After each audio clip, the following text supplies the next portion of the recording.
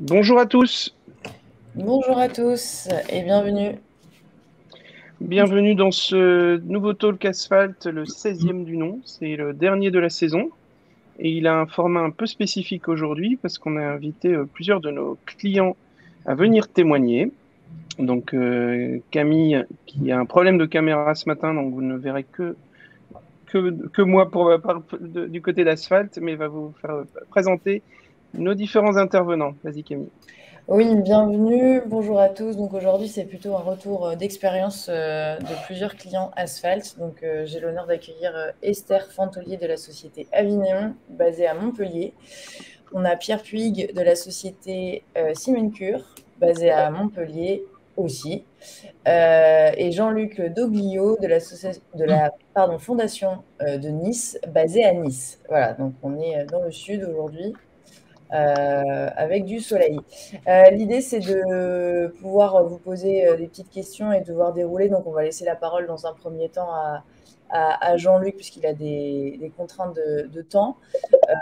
L'idée, c'est vraiment, comme d'habitude, de continuer à vous. N'hésitez pas à vous présenter aussi à droite. Vous avez Oui, vous avez le chat à droite le où chat vous et pouvez vous avez la vous partie présenter et l'onglet questions sur lequel questions. vous pouvez interagir. Exactement, la partie questions, donc n'hésitez pas à poser vos questions pendant l'échange. Et pareil, entre nous, on va aussi interagir parce que l'idée, en fait, c'est de comprendre concrètement pourquoi aujourd'hui ils ont mis en place, quelle était la réflexion de base, comment ça s'est passé, le déroulé du projet et où on en est aujourd'hui, donc le constat qu'on en fait euh, sur chaque structure. On va peut-être commencer par donc du coup Jean-Luc. On va peut-être Enchanté, Jean-Luc. présenter chacun. Donc, on laisse chacun se présenter effectivement. Allez-y, Jean-Luc. Ah, on vous entend pas. Micro. Ah, euh, on a perdu le son pour Jean-Luc. On va laisser le temps que peut-être Jean-Luc se reconnecte le son. On va laisser se présenter Esther. Donc, Oui, vas-y. bonjour à tous. Donc, je suis en charge des ressources humaines chez Avignon. Donc, Avignon, comme vous l'avez dit, Camille, nous avons notre siège à Montpellier. Donc, on est au MIBI, à côté, dans le quartier millénaire. Et on a un établissement secondaire à Paris. Donc, on est 35 aujourd'hui en France. Donc, c'est une entreprise internationale. Voilà, alors sans aller trop dans les détails, donc on travaille, on propose des services à nos clients autour de la donnée géospatiale et aussi en ingénierie. Donc on a beaucoup de projets à forte valeur ajoutée vers un monde durable, vers la ville de demain, etc. Donc après je vais en parler un peu plus de pourquoi cet engagement va au-delà et pourquoi on est là aujourd'hui. Voilà. Merci Esther. Jean-Luc, est-ce que vous avez retrouvé la voix? Est-ce que vous Oui, m'entendez? c'est bon. Donc voilà, juste présenter la Fondation de Nice, la fondation reconnue d'utilité publique, donc, qui est issue d'une institution assez ancienne, donc, dans le secteur de l'économie sociale et solidaire, des actions sociales sur l'ensemble du département, sur Nice et l'ensemble du département, donc sur un champ assez vaste, sur la protection de l'enfance, la mise à l'abri, l'hébergement de personnes en situation de précarité. Donc, on est dans le secteur on accompagne environ 10 000 personnes par an et nous sommes 420 salariés. Merci Jean-Luc. Et Pierre, à votre tour? Oui, merci. Bonjour à tous. D'abord, merci de nous avoir invités pour ce petit talk. Rapidement, donc moi, je suis en charge aussi des ressources humaines pour la société Simencure. Simencure, pour vous donner une idée un petit peu de ce qu'on fait, on développe un logiciel qui permet d'améliorer le traitement des anévrismes cérébraux. Voilà, donc c'est de la medtech, c'est une niche dans le domaine médical. On est aussi basé à Montpellier. On est aujourd'hui à peu près 55 personnes, avec un trois quarts de nos effectifs qui sont basés à Montpellier et un quart à l'étranger, aux US, à Dubaï et dans quelques autres pays. Voilà, donc on y viendra aussi sur la problématique de mobilité. Voilà. Très bien. Eh bien, le premier axe sur lequel on voulait vous faire réagir, et je vais demander à Jean-Luc de commencer, c'est le pourquoi, en fait, avoir pensé, lancé une initiative vélo dans votre entreprise. Avec le social, la partie on vous perd par moment, on vous entend de très loin. J'ai l'impression que le micro... Non, mais peut-être mettre le micro au niveau de votre bouche, parce que faut qu'on vous entende. Non, pas beaucoup mieux. Je vais juste débrancher ma caméra 2 petites secondes. Je sais pas. Esther, on va commencer avec vous rapidement alors. Oui, je vais prendre la parole alors. Donc, c'est vrai que. Bon, voilà, revoilà Jean-Luc. Vous m'entendez? Oui. Allez-y, Jean-Luc. Bon, sans casque. Donc, effectivement, on s'était posé ces questions, vu l'ampleur, le nombre de salariés, également nous gérons plus de 400 appartements, donc on avait ces soucis de notre impact. Depuis maintenant 2016, on avait déjà intégré dans les frais de transport des indemnités vélo, et on voulait mettre dans nos services des vélos de service, mais effectivement c'est un petit peu compliqué pour quand on utilise un vélo, les tailles et voilà, ce genre de choses. Donc quand on a rencontré Asphalt, le vélo de fonction que je ne connaissais pas, en fait, c'était la solution qu'on cherchait sans le savoir, et c'est vraiment ça qui a motivé notre partenariat. Merci Jean-Luc. Esther ou Pierre, vous voulez... Alors, je suis à Avignon. Depuis 2016, on rembourse les indemnités kilométriques vélo, donc ça fait partie un petit peu de notre démarche RSE. Après, ça a été remplacé par le forfait mobilité, et on voulait aller au-delà. On a entendu parler d'Asphalt, et ces vélos de fonction nous paraissaient vraiment un avantage très intéressant pour les collaborateurs et dans la poursuite de cette démarche. Et on est allé même au-delà. Donc aujourd'hui, on travaille avec la métropole de Montpellier sur un plan de mobilité employeur qui encadrera un petit peu cette démarche-là, voilà, qui nous donnera d'autres voies éventuellement d'amélioration. Donc voilà comment on est arrivé chez vous. Alors, je rebondis effectivement sur ce que vous disiez, Esther. On a aussi, chez Simencure, on a travaillé d'abord avec l'agglomération de Montpellier pour signer le plan de mobilité, ce qui est une vraie problématique chez nous, puisqu'on est en train de, comme beaucoup, on est en train de grandir assez fortement. On a des locaux qui ne sont pas extensibles, et on a surtout un parking à la base qui n'est pas forcément extensible. Donc, on a un nombre de places qui est assez limité. Ça a été un tout petit peu le déclencheur, pas uniquement, mais ça a été quand même un des premiers axes de réflexion. Ensuite, on est tombé sur Asphalt, et puis on a commencé à comprendre un petit peu la solution. On a fait aussi un petit audit en interne. On avait pas mal de gens qui commençaient à être intéressés. Donc, c'est comme ça que ça s'est mis en place. Mais vraiment, le premier élément, c'est une problématique de place de parking. Aussi une problématique on va dire pas une problématique, mais de développement de marque employeur, puisque c'est un avantage réel pour les collaborateurs. Et j'ai un exemple très concret où on était en process de recrutement avec un candidat qu'on voulait vraiment, qui pour le coup hésitait parce que de propositions, etc. Et puis on a parlé de ça, pas forcément au départ pour lui vendre l'entreprise, mais on en a parlé. Il se trouve qu'il était hyper sensible sur le sujet, et il a signé chez nous grâce à ça, à proposition égale, à job plus ou moins égal, on va dire. Il a signé chez nous grâce à ça, donc vrai avantage compétitif, vrai avantage en termes de marque employeur. Oui, j'avoue que je mets souvent en avant aussi lors des recrutements cet avantage-là. Et c'est vrai que les collaborateurs et futurs collaborateurs sont sensibles à cet aspect-là, tout à fait. Alors, carrément, dans les offres, en fait, on le met dans l'offre d'emploi. Ouais. Voilà.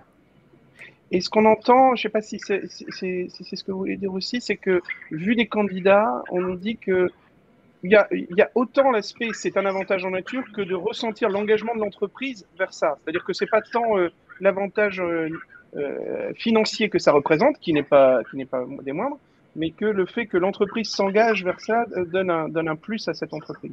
C'est une réelle preuve de notre engagement RSE, tout à fait. Donc là, c'est palpable, donc ressenti par les candidats, tout à fait.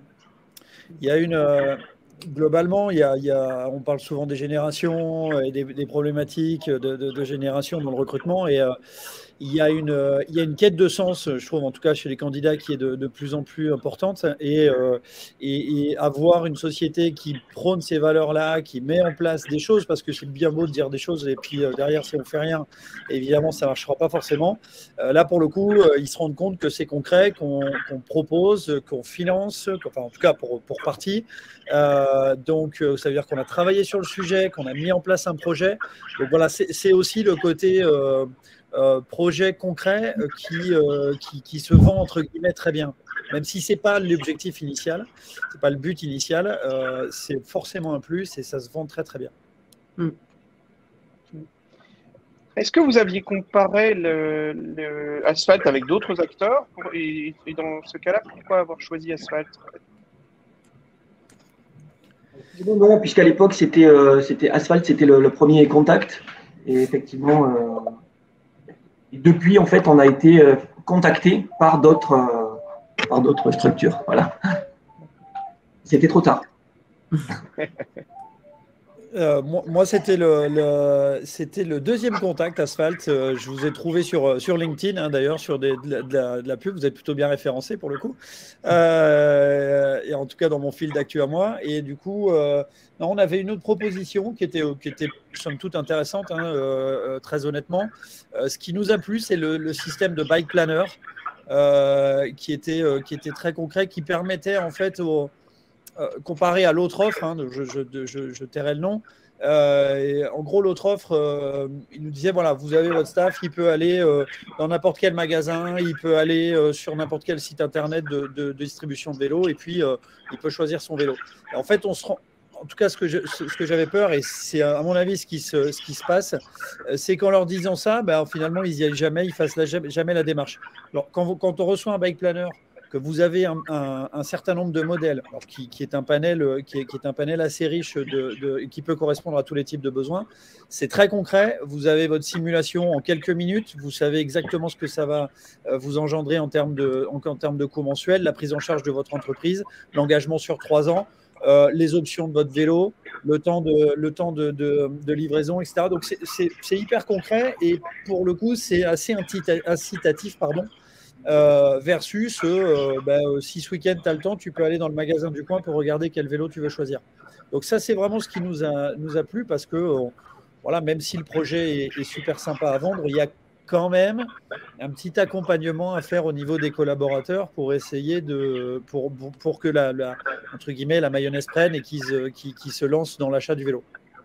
Je suis d'accord avec vous et je voudrais simplement compléter. Vous avez parlé, Pierre, tout à l'heure de sondage. Donc, en effet, je trouvais que c'était bien aussi qu'Asphalt proposait un sondage donc qu'on a pu diffuser à nos collaborateurs, savoir un petit peu s'ils étaient intéressés parce que c'est bien beau de mettre en place des choses. Si au final, on est super motivé, mais les collaborateurs un peu moins, bon, un succès. Là, grâce à ce sondage, on a vraiment vu que les collaborateurs étaient intéressés, quel était le montant qu'ils pouvaient mettre dans les mensualités, quel type de vélo ils recherchaient. Donc, ça, pour moi, c'était un plus aussi d'avoir ces informations-là en début de projet. Effectivement, le sondage permet aussi de chiffrer l'opération et de voir en retour les personnes intéressées et ce qu'elles sont prêtes à mettre dans le projet. Et le bike planner est absolument sécurisant pour tout le monde puisqu'on est dans un site marchand et alors c'est très fluide. Ouais. Merci pour ces retours. Toujours sur cette phase amont, est-ce que vous avez eu des complexités ou des gens à aller convaincre en interne pour développer ce projet? Quels ont été les grands points à aller convaincre, se battre pour tel ou tel sujet? Est-ce que c'est un sujet de budget? Est-ce que c'est un sujet de sécurité? Quels sont les sujets qui ont été évoqués en interne? C'est le concept de vélo fonction qui, au départ, c'est pas évident, un vélo de fonction. Voilà, on n'est pas habitué. Et puis, petit à petit, ça devient évident, en fait. Donc, voilà. Et ce qui était handicapant, c'était la géographie de Nice, parce qu'en fait, on n'est pas sur du plat. Donc, où qu'on aille, on a 25 sites, il y a des montées. Donc, le fait d'aller sur le vélo électrique, qu'on n'achète pas comme ça, hein, on va pas acheter un vélo électrique.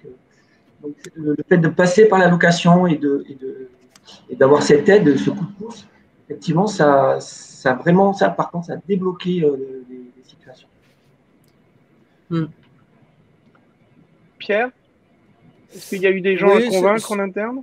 Alors forcément, d'abord mon CEO pour les aspects financiers. Hein. Il y a forcément une question budgétaire derrière, puisque voilà, pour ne rien vous cacher, nous on prend en charge 70% du loyer hein, des collaborateurs et 30% restant à charge du collaborateur, pour maintenir aussi un certain niveau d'engagement et pour pas que ça soit voilà, un peu trop facile entre guillemets, en sachant qu'on est sur des montants restants qui sont quand même tout à fait acceptables pour le collaborateur. Ça reste un énorme avantage.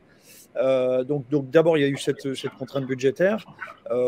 Après, non, en interne, ce qu'il faut, c'est voilà, le leasing n'a pas toujours bonne réputation. Le contrat de leasing en règle générale, hein, c'est-à-dire qu'on a tous en tête le contrat de leasing de la voiture qui, dans l'imaginaire collectif, enfin, pas que dans l'imaginaire collectif d'ailleurs, mais qui est un contrat qui, in fine, est plus cher qu'un investissement initial.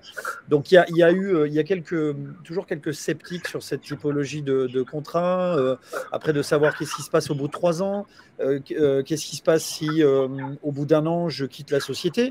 Donc ça, c'est une vraie peur aussi de certains collaborateurs, le côté engagement de 3 ans. Ça vous permet de voir aussi, entre parenthèses, ceux qui sont un peu sur la tangente ou pas. Ouais. Mais voilà, c'est plutôt des craintes au niveau collaborateur. Une fois que le budget a été validé de mon côté, c'est de certains collaborateurs qui avaient envie de le faire, mais qui se disent, bon, contrat de leasing 3 ans, qu'est-ce que je fais après? Qu'est-ce qui se passe pendant les 3 ans? Qu'est-ce qui se passe avant si je quitte la société? Il y a toutes ces questions-là auxquelles il faut répondre. Esther, vous vouliez compléter?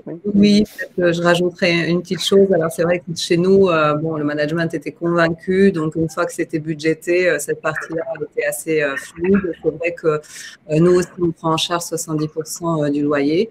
Donc, c'est vraiment très intéressant pour les collaborateurs.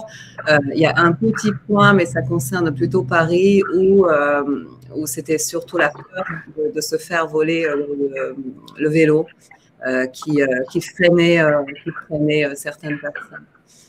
Ce qui peut être le cas à Montpellier aussi, mais là, dans le bâtiment où on travaille, on peut sécuriser les vélos. Donc, c'est un bâtiment de la métropole, donc il y a tout ce qu'il faut pour pouvoir garer les vélos et les avoir en sécurité, les savoir en sécurité. J'en profite qu'on évoque Paris pour répondre à une des questions du chat d'Hélène qui dit « Vous êtes tous de Montpellier ou de Nice ?» parce que Jean-Luc est de Nice. Est-ce que c'est parce qu'on fait beaucoup de vélo là-bas et parce qu'en région parisienne, il n'y a pas encore assez de… Enfin, la voiture est encore très demandée. Pour information, Hélène, en fait, on a plutôt choisi aujourd'hui de montrer que ce n'était pas qu'un point parisien. Parce que la grande majorité de nos clients et de nos utilisateurs sont en Île-de-France et en région parisienne. Et que ces derniers mois, on est en train d'étoffer énormément nos flottes sur des régions non parisiennes et parfois même bien au-delà d'un univers très urbanisé. On est en train de déployer notamment des caisses du Crédit Agricole du côté Nord-Midi-Pyrénées, Albi, Montauban, etc. Et c'est donc pas du tout là où on peut imaginer cet usage. Et sur l'aspect alternative aux voitures de fonction, parce que là on est sur 3 cas d'utilisation qui ne rentrent pas dans les car policy. Là, si je dis pas de bêtises, dans vos 3 entreprises, on est rentré sur des collaborateurs qui n'avaient pas de voiture de fonction, mais on a déjà fait des talks et on reviendra sur ça. Là pour le coup, c'est assez souvent demandé plutôt en région parisienne, en complément ou en substitution pour des gens qui n'utilisent au final pas du tout leur voiture. Au plus on est dans des grandes agglomérations, au moins on utilise la voiture au quotidien. On va poursuivre le déroulé sur le déroulement du projet. En fait, on va peut-être demander à Esther de témoigner en premier. Comment ça s'est globalement déroulé dans les échanges avec les équipes d'Asphalt? Et on a parlé tout à l'heure du bike planner. Qu'est-ce qui se passe en amont? On a parlé du sondage. Et puis comment ça peut se dérouler concrètement après? Alors, c'était vraiment très fluide du moment où on a eu cette première prise de contact et qu'on a exprimé notre volonté d'en savoir un petit peu plus. Donc, oui, il y a donc, on a été accompagnés pour définir un petit peu le budget, donc voir quel était le pourcentage de participation de l'entreprise et quelle était la participation des collaborateurs, donc en fonction aussi de ce sondage. Après, donc, il y a eu la bike policy que nous avons mise en place. Là aussi, on a été accompagné par Asphalt.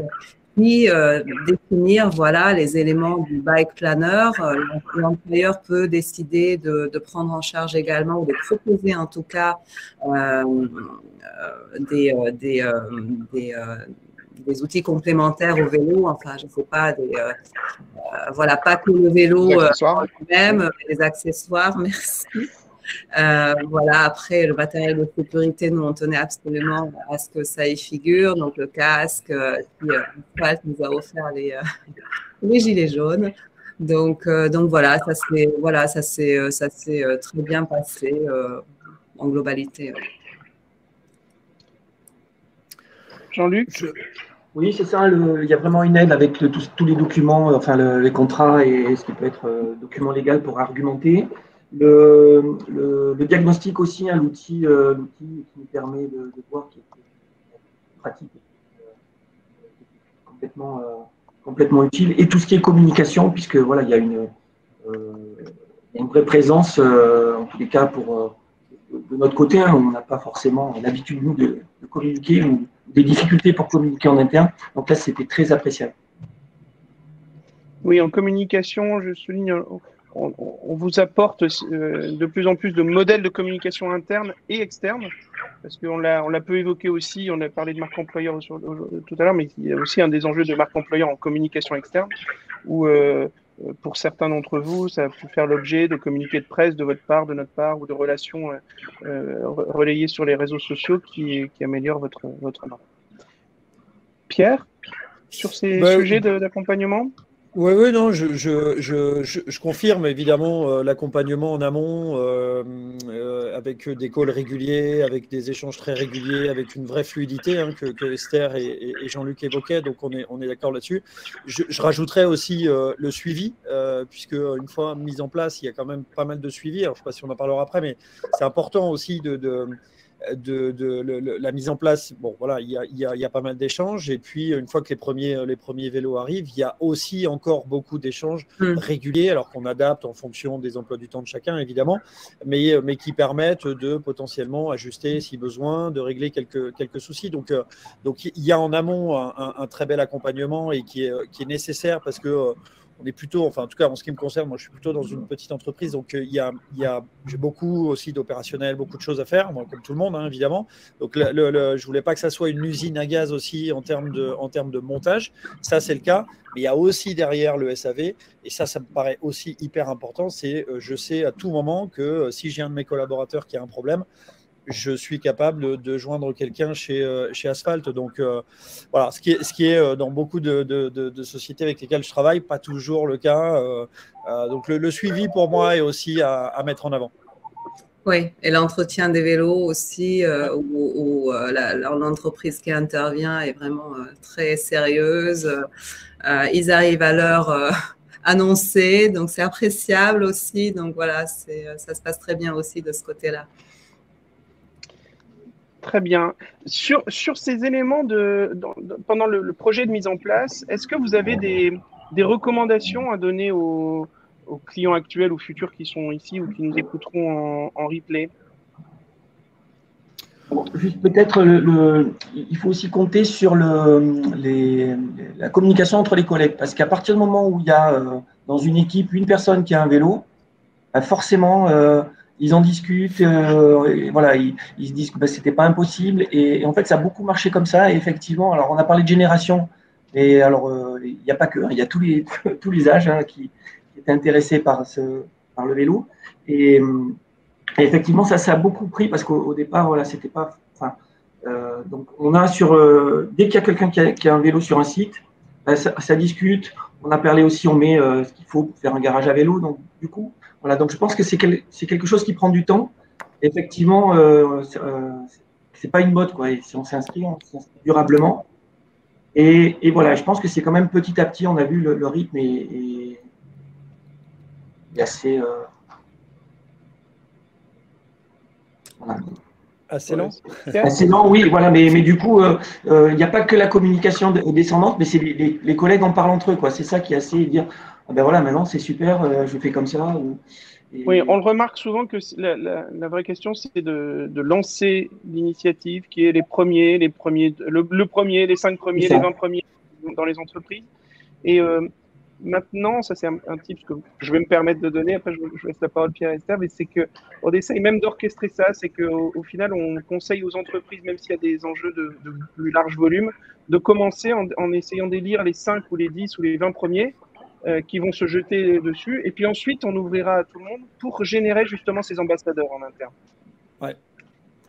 Le côté ambassadeur est important. Les piqûres de rappel aussi en termes de communication, parce que on fait souvent une vraie com interne en tout cas. Et on en parle beaucoup au moment du lancement, hein, puisqu'on fait le buzz. Voilà, il y a les premiers vélos qui arrivent, donc c'est très bien. La difficulté, selon moi, c'est de continuer au-delà des nouveaux entrants, parce que les nouveaux entrants, effectivement, ça fait partie de l'offre maintenant, du package, on va dire, de bénéfices qu'on va leur proposer. Mais sur ceux qui sont dans la société, qui n'ont pas répondu au premier appel, qui n'ont pas répondu au premier buzz, entre guillemets, je pense qu'il faut qu'on continue. Et c'est une des difficultés, en tout cas, que j'ai aujourd'hui, moi, c'est de dire, voilà, à quel moment je reparle, sous quel format, de quelle façon, et comment je continue à inciter les collaborateurs à switcher, hein, de leur mode de mobilité actuel vers un vélo de fonction. Surtout qu'on n'a pas, aujourd'hui, nous, on n'a pas de contraintes, je veux dire, on n'a pas de contraintes budgétaires, c'est pas le dire comme ça, hein, mais faut pas le dire devant nous, ça. Ouais, c'est clair. On n'a pas limité le nombre de collaborateurs avec un accès qui pourrait avoir un accès au vélo de fonction. Donc il faut juste, pour moi, trouver le moyen de continuer à alimenter la machine et faire en sorte que je puisse communiquer régulièrement sur ceux qui sont là depuis un certain temps et qui ont loupé le premier train. Alors ça me fait penser à quelque chose. Éventuellement, Asphalt pourrait proposer des petites coms prévues pour justement ses collaborateurs, donc avec des clients que vous avez déjà, en mettant en avant des nouveaux modèles que vous venez de référencer, parce que souvent c'est un coup de cœur aussi. Le mien, c'était un coup de cœur, donc voilà, ça peut marcher pour ceux qui se sont pas encore décidés, ceux et celles. Voilà, de faire éventuellement ce genre de com pour les entreprises. Merci beaucoup pour votre disponibilité, Jean-Luc. On savait que vous deviez nous quitter pour la demi. Okay. Merci pour avoir participé. Au revoir, Jean-Luc. Au revoir. À bientôt.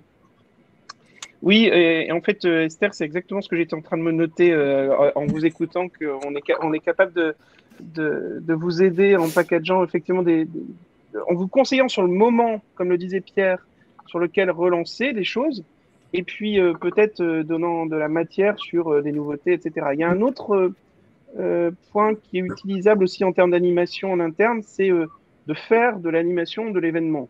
Et donc, c'est la journée où on vient au travail à vélo, c'est organiser une formation avec nos partenaires, par exemple, de la Fédération française de cyclisme, qui, elle, peut être ouverte à tous les utilisateurs, bien au-delà de ceux qui ont un vélo de fonction, qui redonne aussi l'envie et qui permet d'événementialiser un peu les choses.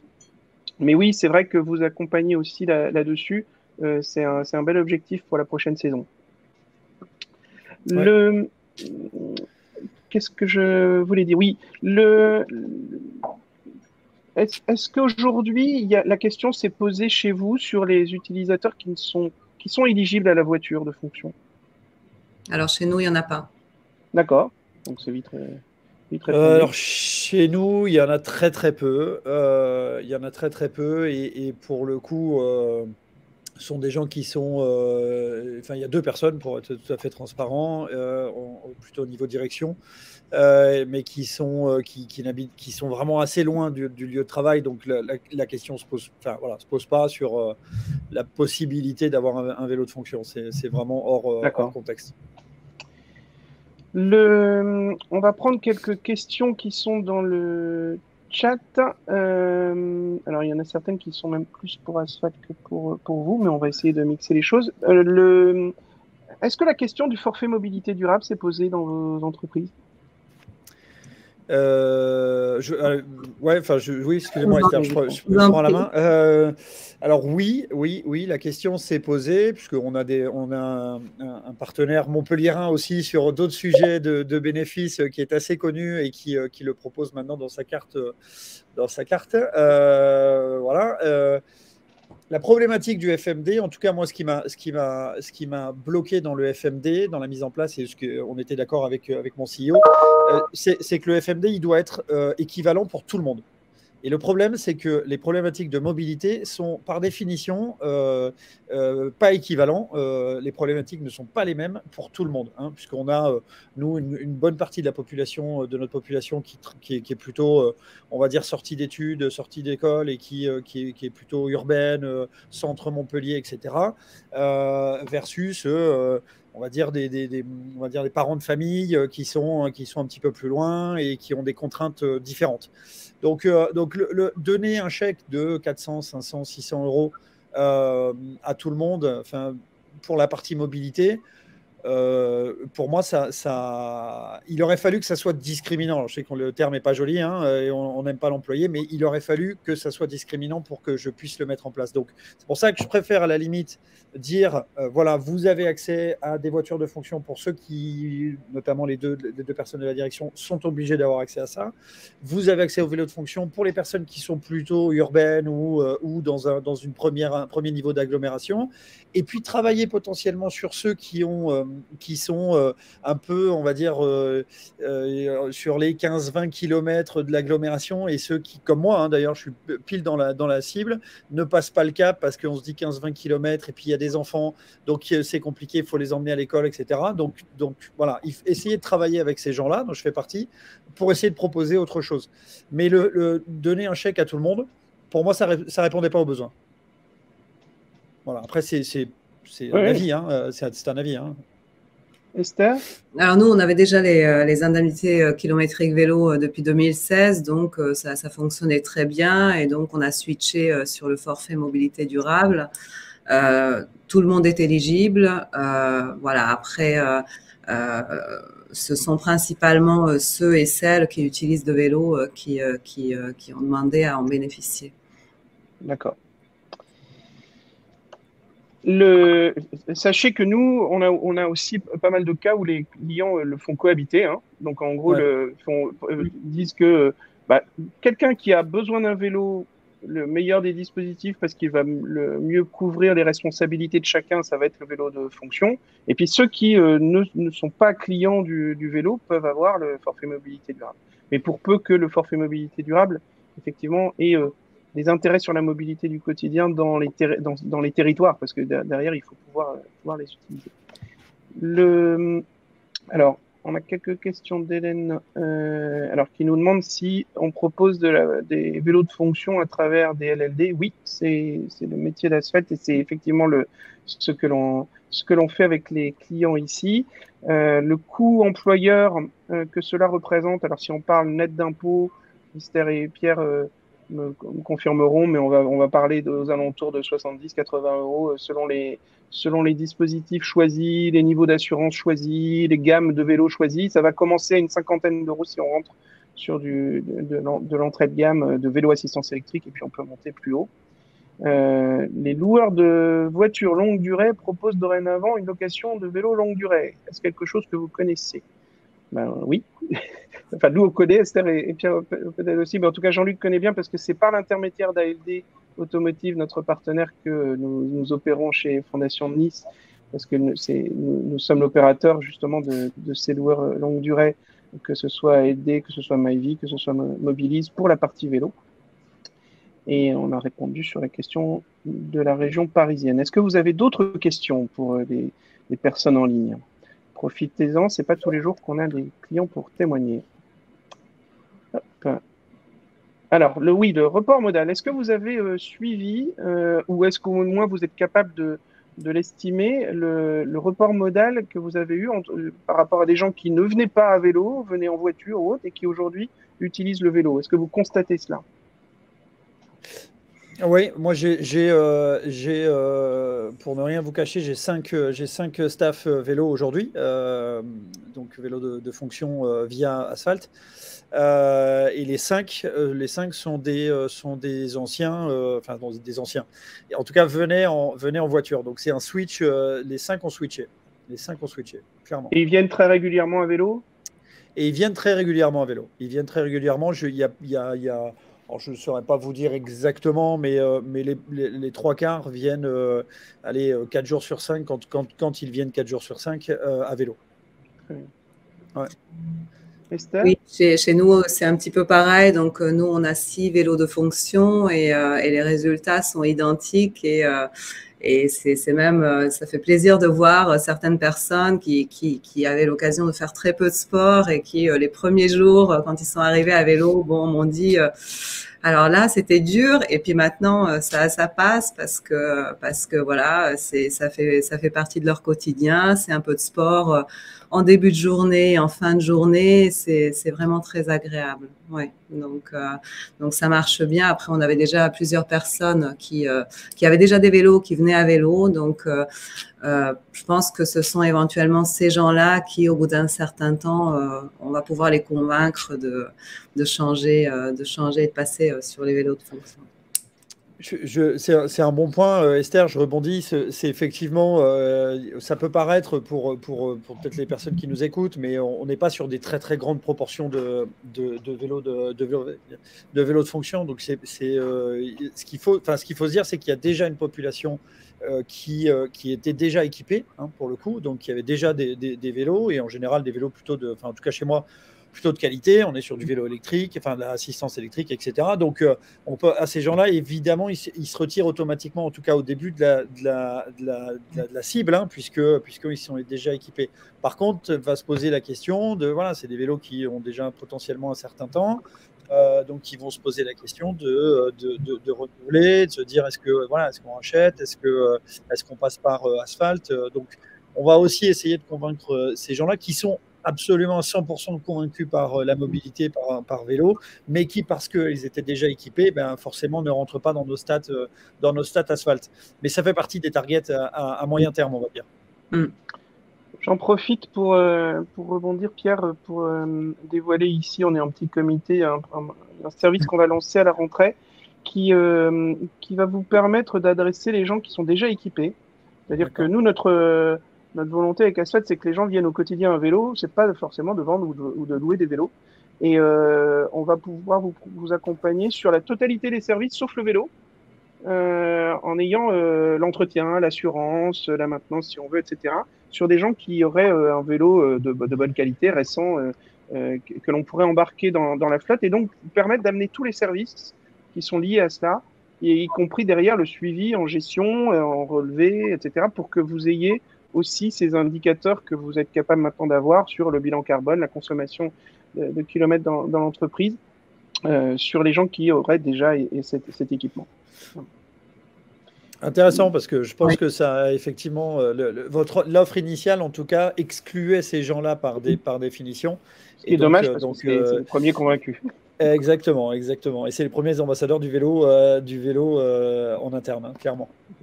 Oui, c'est vraiment intéressant, et c'est vrai qu'on sensibilise quand même toutes les personnes, donc pas que celles et ceux qui ont un vélo Asphalt, mais celles et ceux aussi qui viennent à vélo avec leur vélo, sur la sécurité, sur l'importance de l'entretien, parce que c'est notre rôle aussi en tant qu'employeur d'assurer la sécurité de ces personnes. Donc là, on parle de trajet domicile-bureau. Donc c'est important de rappeler les règles de sécurité. Alors vous aviez parlé formation, donc je sais vous accompagnez aussi les entreprises dans ce domaine-là. Donc l'importance de l'entretien, d'un bon entretien qui est proposé donc par Asphalt. Donc si ça peut aller, ça peut être proposé également aux autres collaborateurs, c'est très positif. Et puis la sécurité, oui.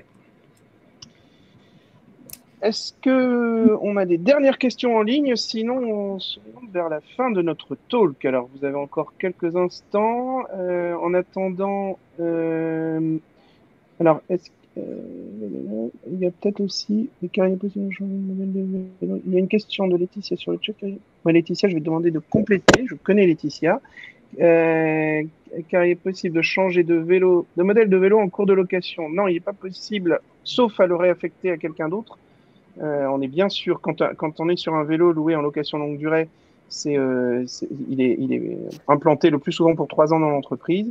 Mais l'entreprise peut après organiser, si besoin, une réaffectation d'un vélo et des échanges, parce que ça, c'est totalement transparent et gratuit dans la gestion.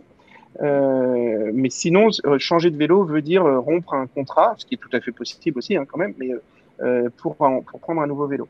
Mais là, ce dont on parlait à l'instant, c'est de pouvoir entretenir les vélos que les personnes ont déjà. Et en cas de démission, là, le vélo est soit réaffecté à quelqu'un, soit le contrat, pour le coup, est rompu et le collaborateur peut souhaiter reprendre le vélo. Donc, on a eu plusieurs cas de ce type encore cette année, où l'entreprise, dans le cadre de la sortie du collaborateur, inclut aussi la reprise par le collaborateur du vélo si besoin. Comme l'évoquait tout à l'heure Pierre, la mise en place des 3 ans est aussi un indicateur pour les RH de savoir si on a des gens qui sont prêts à se lancer pour 3 ans, même si au final le contrat ne lie pas réellement le collaborateur, parce que s'il s'en va, c'est l'entreprise qui porte cette location. Il y a quand même ces questionnements de est-ce que je me projette à 3 ans dans l'entreprise, et c'est un indicateur RH qui peut être intéressant. S'il n'y a pas d'autres questions, avant de remercier Esther et Pierre et Camille, qu'on n'a pas beaucoup vu, donc pas beaucoup entendu, parce que dans les visios, quand on voit pas les gens, on les interpelle pas. Désolé, Camille. On se retrouve tout début septembre pour le talk de rentrée qui va parler de. Alors aujourd'hui, on était sur les enjeux, témoignages de mise en place, et on se rend compte que donc on parle essentiellement d'enjeux RH. On se retrouve le 1er septembre, je dis pas de bêtises.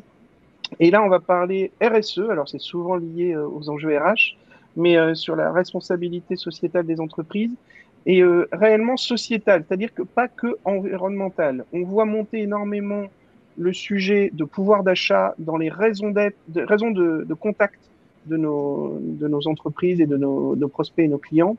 Il est malheureusement assez prévisible que ça va être une thématique majeure à la rentrée liée à la crise énergétique.